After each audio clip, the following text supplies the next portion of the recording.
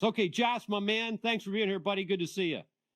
I appreciate you being a little patient there. Thank you, Richard. It's definitely an honor to be speaking with some of the top realtors in the country, not only in Royal LePage, but right across the nation. And I'll actually say some of the top in the world. I've been lucky and blessed enough to network with a lot of the agents, and I love being with someone like yourself. I mean, look at that hair.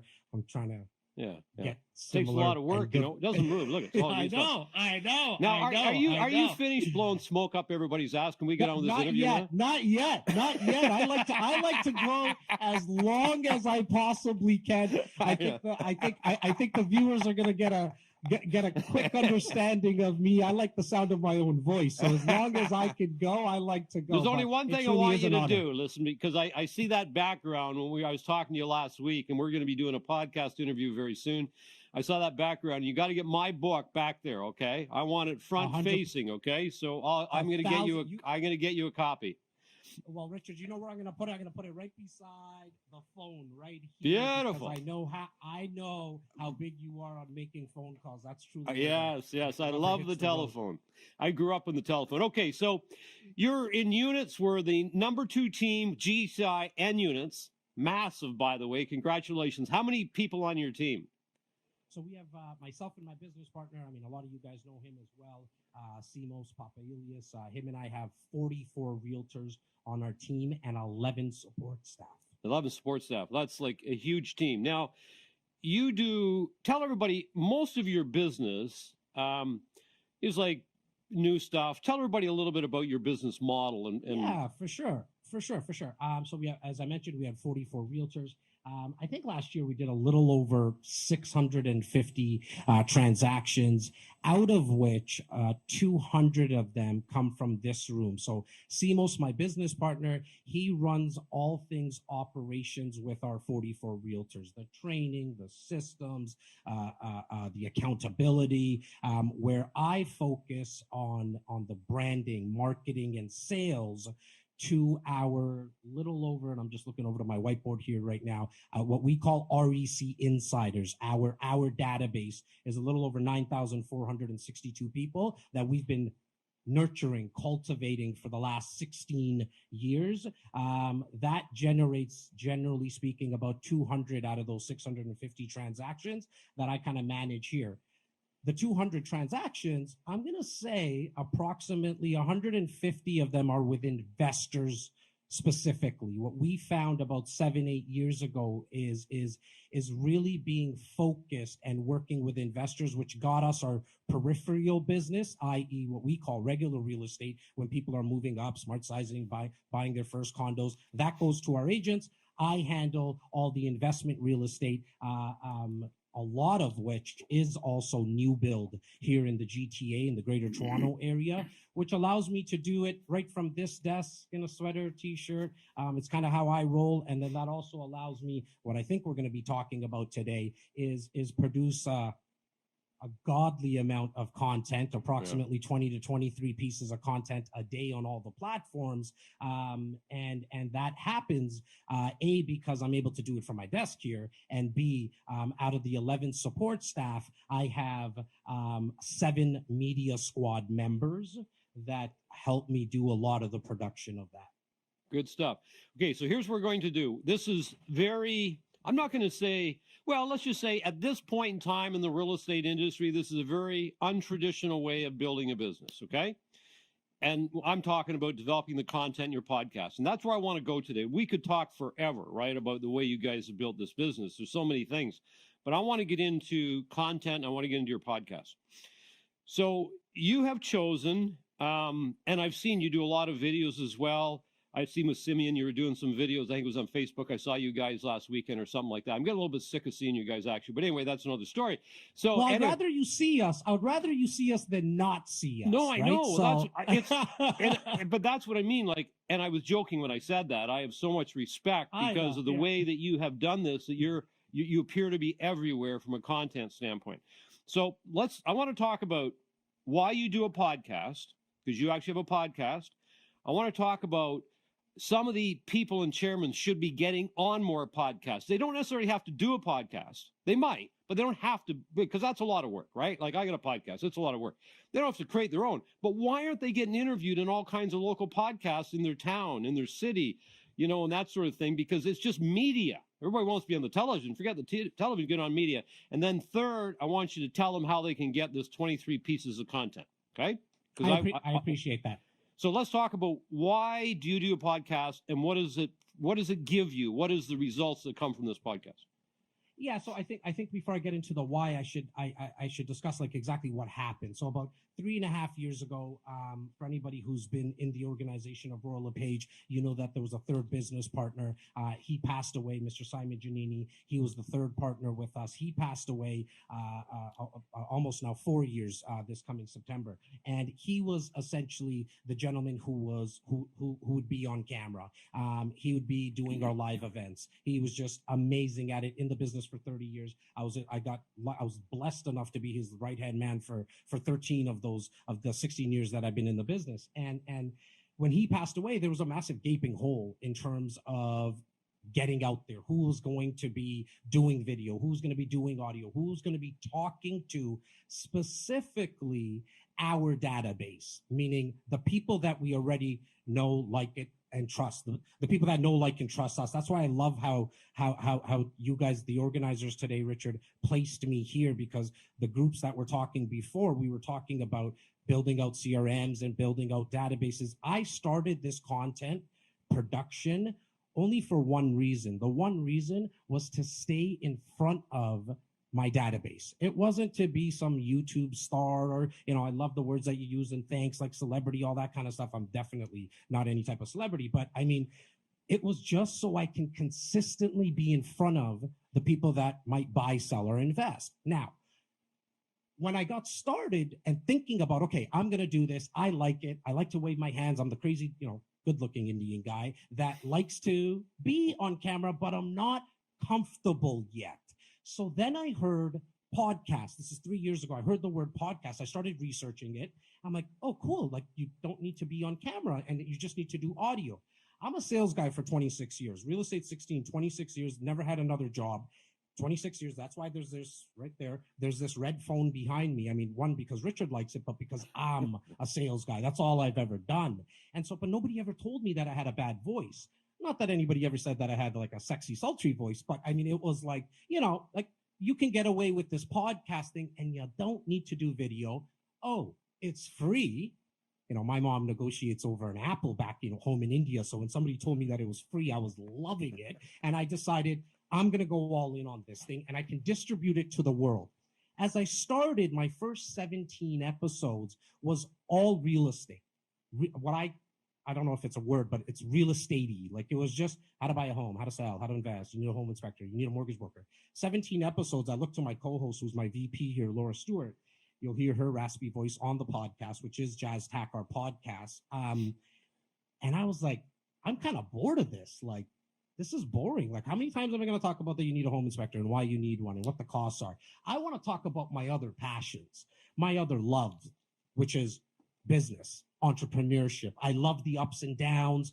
I have a lot of energy. And so I want to talk more about that, or just about like 50-50. I want to talk about my passions, but I also want to talk about real estate, because that is also my passion, but not my only one.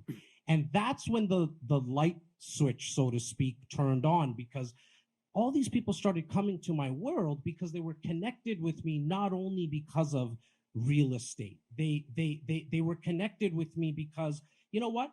This guy is talking about real estate, and I like the fact that he's doing it in a t-shirt and a sweater. Yeah. And look, I mean, I not that I have, I'm knocking anybody in a suit. People look amazing. Like, look at everyone on stage today. I mean, but I just don't. I'm not comfortable like that. I'm in my own skin right now. And so as I started to talk about these other passions, I became the guy who threw the party. Like, think about it, right? If everyone thinks about it right now, who's the coolest kid in school? The guy or the gal that always threw the party, because we all wanted to get to the house party. And every time we went to the party, we always asked about the host. So I started to have that mindset that I'm going to be the person who's doing a lot of talking and getting out there. And then people will decide, here's the coolest thing. And we're all chairmans here, so I don't need to talk about scripts and stuff like that necessarily with you. But one thing that I think we all like is that in the sales process, if you can some way, somehow decrease the amount of time that you need to build your authority or cut through, like, how do you cut through the clutter? And for me, I started to attract the right people and repel the wrong people. Because on the flip side, there was a lot of people who look at me, and they're looking at me right now and saying, this guy's full of shit. I don't even want to work with him. And that was awesome. Now, how often do you put an episode out? So I do an episode every single Wednesday, and they're Right. all over the map. They're all my passions. Today's episode, just so everyone understands, like where I go with my podcast, is I sat down with, some of you might know Gary Vaynerchuk, his CHO. Kind of cool, right? Like, what is a CHO? Not a CEO, not a CFO, not a COO, CHO, a Chief Heart Officer. I want to learn. I wanted to learn, like, hey, I want to build an organization with a CHO one day. And what does that do? Well, it just got me in front of her 1,000 employees. Yeah, they're based in New York, but I'm also going to be speaking to some of the top leaders here in Toronto and telling them why they should consider having a CHO. So the podcast, to kind of wrap it in a bow for you, Richard, your question, was really to allow other people to be a fly on the wall while I was still learning. I selfishly started this as well, not only for my clients, but for myself, because I'm still learning, and I want to, and I just wanted to document that learning. Good stuff. Okay, so here's the idea from Jazz, and come on, number 2 in units, number 2 in GCI, that he pushes out content. So he created this document that allows you to create 23 pieces of content per day. I have read the document from start to finish. It is highly valuable. Okay, so how can they get this? Actually, I think maybe we're putting it right in here. So anyway, we put it in the link. So you now have that document. The second thing that you had provided to us was a document that says how people can get on podcasts. Because you start a podcast, not everybody's going to do that, but there's no reason all these people and chairmen shouldn't be getting on as many podcasts as they possibly can. It can be, the guy that does a podcast in chocolate in their local marketplace, right? So you have provided us a document, which we just loaded in there as well, on how they can get on podcast. So yes. Yeah, and I'm sorry, buddy. What I need to do is, you go. I'm out of time, and this light's flashing in front of me. So I'm going to bring the other two back up with you, Jazz, okay? And we're going to finish this off. So thank you for being back. And actually, now that I think about it, you're the two roses between three thorns. Now that I'm looking at this page, you know what I mean? Like 100%. Yeah, between three thorns. So. And I'm sorry, Jazz, to cut you off like that, but it's just not at all. It's okay. It's okay. We're cutting into their lunch now, but and this guy is an open book. If you want to know about what he's doing, please get in touch with him. He'd love to chat with you about it. Okay, so here's how we're going to close this out, and then we're going to have a lunch break. So first of all, I'm going to go to Mike or Mark. I'm not quite sure. It's Mike or Mark. Mark. Oh. Hey, I'm kidding you, buddy. I'm going to go to Mark. And what I'm looking for is if there's any piece of advice you could give this audience that would make their business or life better, what would it be? Well, first of all, I'd like to say that I know I put on a few pounds with COVID, but being classified as a thorn, that hurts. That stings a little.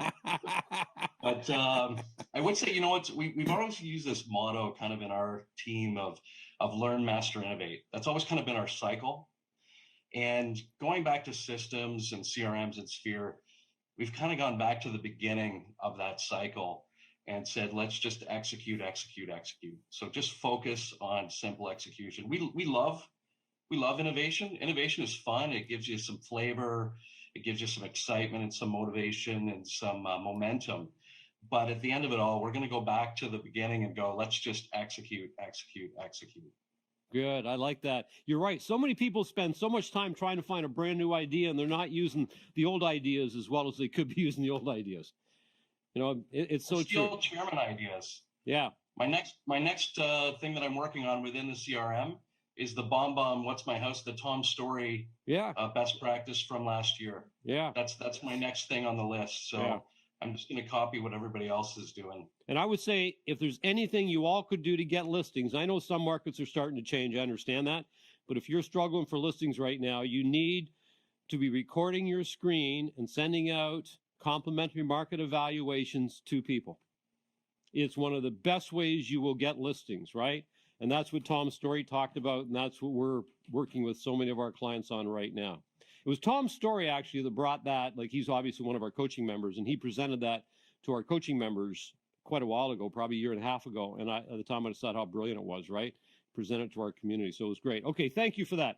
Okay, so Kim and Krista, piece of advice. You both can share one if you want. Yeah, be generous. Be generous with your time.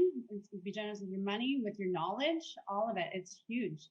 It's reciprocity. It's how we've done well, and it's how we're doing well in this crazy market because we've forged relationships over the last 10, 15 years of being a good person. Yeah. We can say, Wade always says to us, like, there's enough pie for everyone. And, you know, we love being big cheerleaders, big advocates, whether it's for clients, local businesses, other agents, colleagues, and just coming from a genuine place. And I think people, you know, they can feel that. And we really pride ourselves on being just huge cheerleaders of everyone in the Royal LePage family and in the industry. So that's sort of our, it's our core value. Yeah.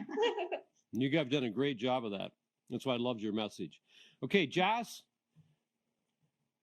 I would say, look, I think the buzzword for last year and going into this year has been authenticity. I like to take it a little bit further than that and implore everyone who's watching, and to serve as a reminder for myself that show the world your unique characteristics. I'm a son of a taxi driver and a son of a factory worker, and I'm born and raised in the north part of Toronto, which is Rexdale, where you don't have a lot of role models. But the day I started to show my unique characteristics, the fact that I suck at spelling, the fact that I sometimes can't articulate things as well as I want to, the fact that I do like the sound of my own voice now because I got comfortable, the world opened up for me and people started to come into my world. The day I decided that I'm going to show the world my unique characteristics. My palms get sweaty since I was born. I sometimes have a lazy eye.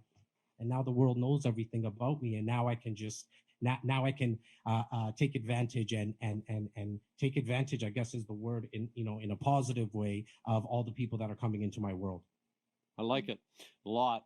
You know, it's a very freeing feeling when you allow people to see who you are and you quit hiding stuff, isn't it?